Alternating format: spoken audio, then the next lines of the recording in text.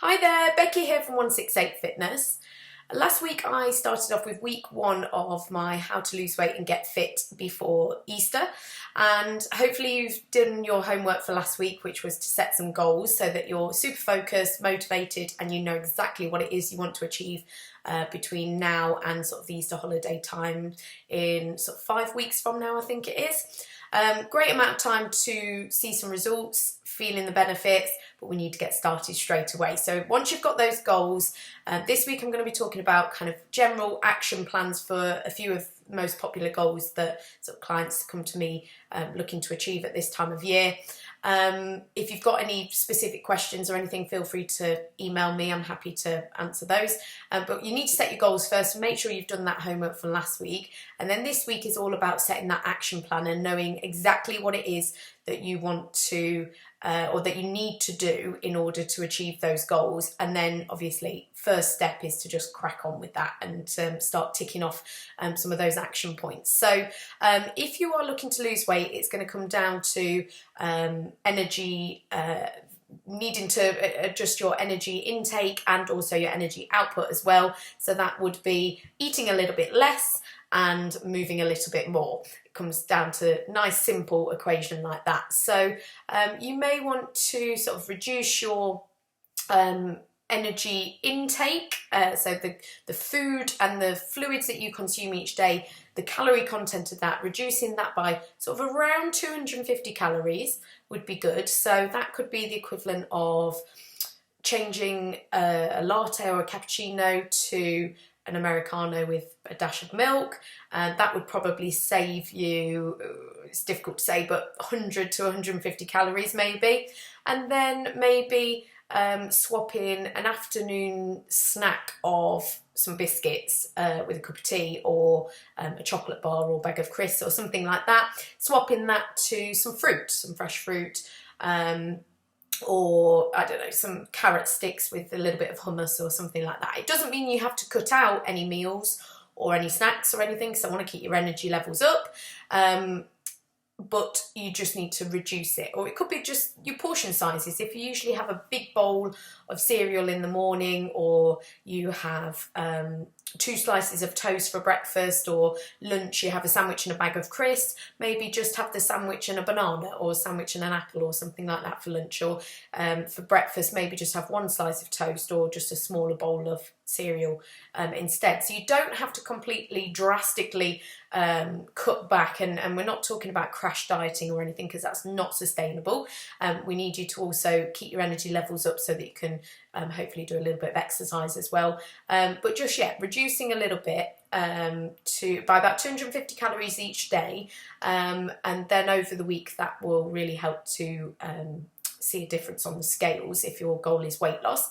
But alongside that as well, what I'd recommend is to try and burn about 250 calories each day as well. So a really simple way of doing that would be to increase your steps each day. So just walking more, moving more, getting up from your office desk more often than usual, and aiming for that sort of 10,000 steps a day would be a great goal. If you're already hitting that, then you may want to look to add on an exercise session.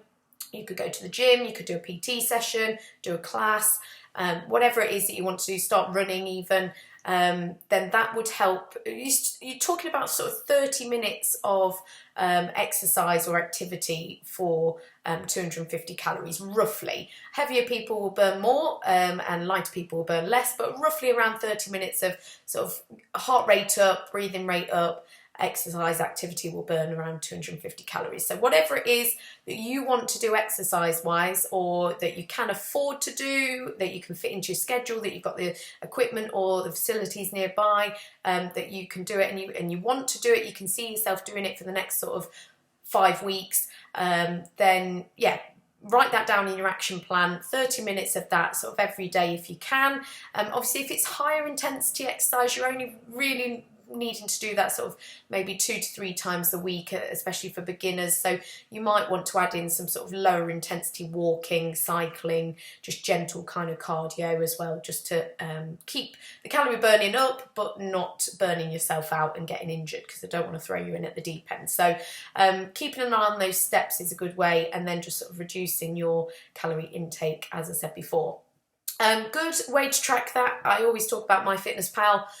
Really good app, free app that you can download, monitors your sort of intake, calorie intake and calorie output as well.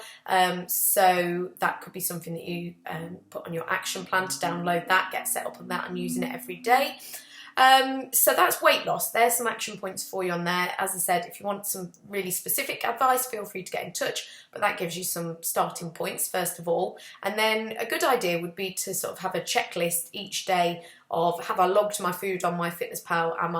Have I reduced by roughly 250 calories each day? Maybe aim for a couple of meals each day to be sort of slightly smaller portions.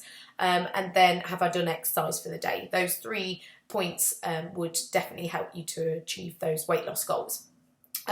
If your goal is more sort of fitness related, maybe toning as well, then you're going to need to do some exercise specifically. Doesn't matter so much for fitness goals about your diet, but obviously whilst you're doing one thing, improving your health and fitness with the exercise, you may naturally start to make healthier decisions, because there's not much point going to the gym or doing a class or PT session and then eating more food and putting on weight, or not feeling any better about yourself for doing the fitness. So usually it does sort of naturally happen, but if your goal is specifically fitness or running or toning, then exercise is the way forward for that. So like I said, with the weight loss goal, find a session, a exercise program or a plan that fits with you and your budget and what you want to do as well. There is no point sort of saying, well, I want to do swimming because I know that burns loads of calories and I really fancy that. I used to do it when I was sort of 20 years old, or whenever, before we had kids or something like that.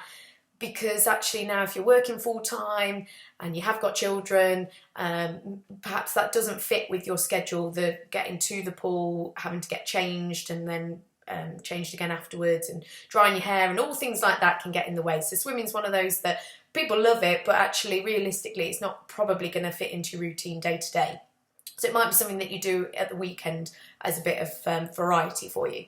That's why walking's always good. Fitness wise, it's not going to get you cardiovascularly fitter unless you are an absolute complete beginner, haven't done much for a long time. It's mostly going to sort of burn some calories for you and use some of the lower body muscles and a little bit of upper body, sort of core muscles as well. But it's not going to challenge your fitness. You're not going to feel that much fitter for doing it. You will feel a bit fitter for doing it, but not that much unless you add on sort of hill walking and kind of make it a little bit more challenging. If you're sort of just walking around the block every day, it's not going to necessarily make you feel fitter. But it's still good to do, definitely, not ruling that out.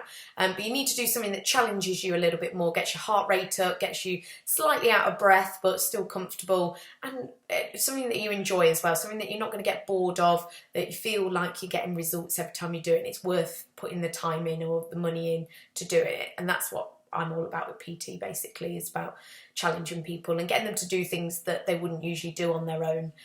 That's kind of what we do in our sessions. So pick an exercise plan or session or program or whatever it is that you need to do, want to do, and find out the times that you can do that. Send an inquiry if it's personal training classes, something you need to book onto. Put some money aside to do it for the next sort of month or so, and then start booking on and actually get to that first class. That would be the first step this week, is to find it, book it, and then do it.